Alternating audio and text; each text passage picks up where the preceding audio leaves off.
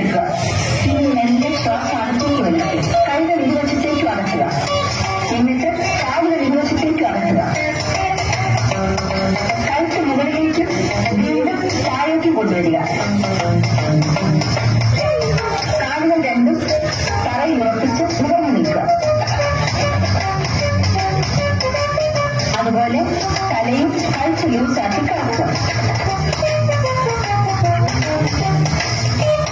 ഇപ്പോൾ നിങ്ങളുടെ മുന്നിൽ ഇരിക്കുന്നതാണ് സ്വാദിഷ്ടമായ ചിക്കൻ മസാല.